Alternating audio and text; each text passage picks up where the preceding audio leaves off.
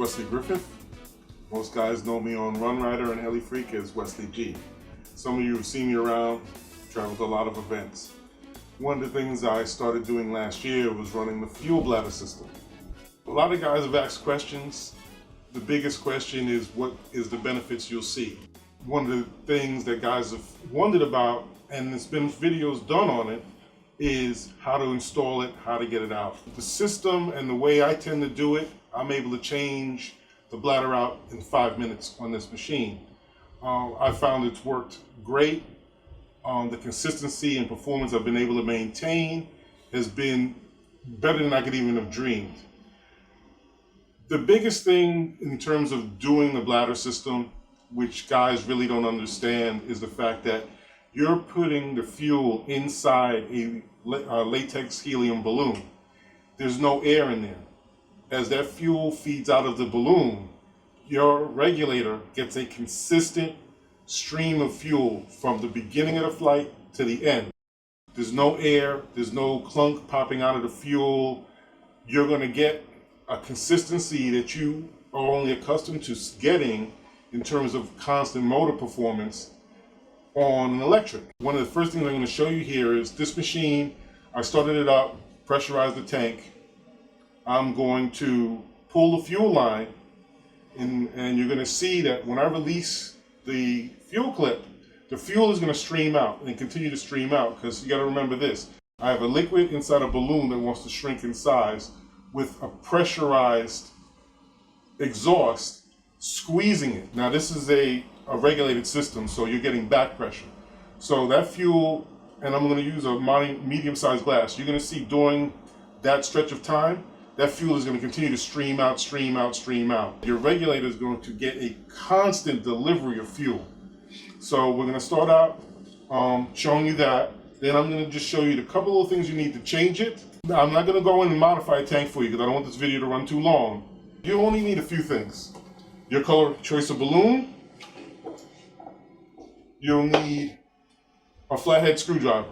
And basically you'll see in the video how I put this in, pop it out. You'll see how I take the balloon, put it inside the stopper, insert it all back into the tank, and be ready to go.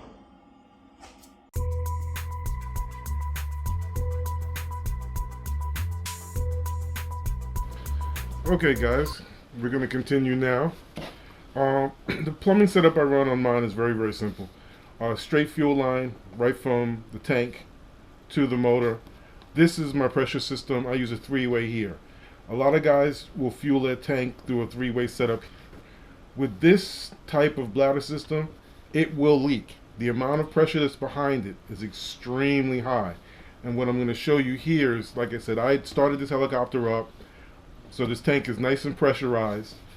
The fuel line is clipped. I'm going to now unplug it from the carb. And you will see the fuel flow into this cup at a rate that you don't see unless the machine is running and the tank is pressurized. Now this tank has been pressurized because I did run the machine, but you're going to see the stream of fuel continue on. So as you see now, the fuel is rushing to exit the system, and that's with the existing tank pressure that was just placed into the machine by running it for a minute or two outside. Now as you see the flow keep going, you notice it's a steady stream. There's no air in this whatsoever, normally that you would see on a full tank.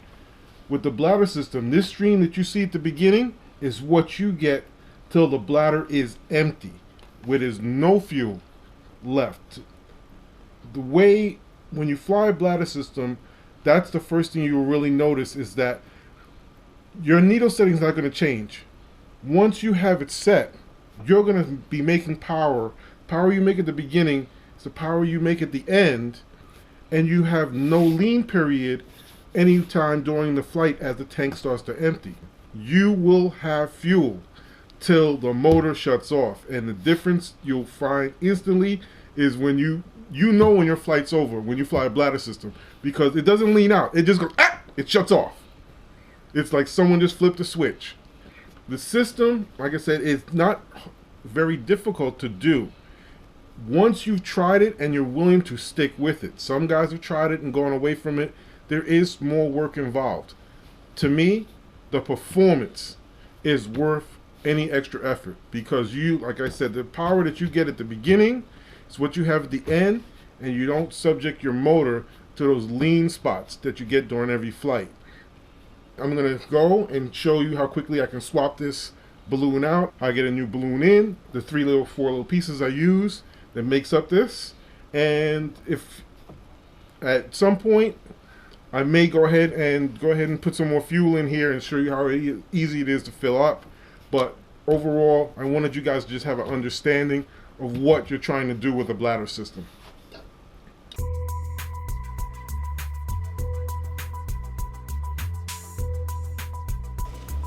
Okay, I'm going to show you how quickly I can usually get this bladder out, get a new balloon put on it, and what actually makes up my bladder. What I'm also going to do while I'm at that purpose is change the color. What you'll see in here is your standard plunger setup for most machines. This rubber plunger and this stopper happen to come from a TSA. I just take this, I stick it, I go in here, and I start to pop this out a little bit, just like that. Usually I put a little finger behind it and try not to block the camera, and just get the lid, start pulling on it a little. And then what I can do is just start to get this out. Basically what you're going to do here is you're going to take this, stick it in here, put a finger behind it, and just pull. Okay, this is out. This is your fuel tubing. Holes cut in it. Like I said, there's been videos done. Very easy to set up. Just make sure you cut a little V into the end. Take a flathead screwdriver, slip it in underneath. Just get it in here like this. You pull that way. Your bladder's out of the machine. I think, guys, that was less than 60 seconds, one of my fast times. There should still be a little fuel left in here. Let's see what we got. Nope, it's completely dry. Okay, this is the inner workings. This is how I do my fuel magnet. It's made up of this. This rubber stopper is from a TSA. There's stopper plug. This end also from a TSA.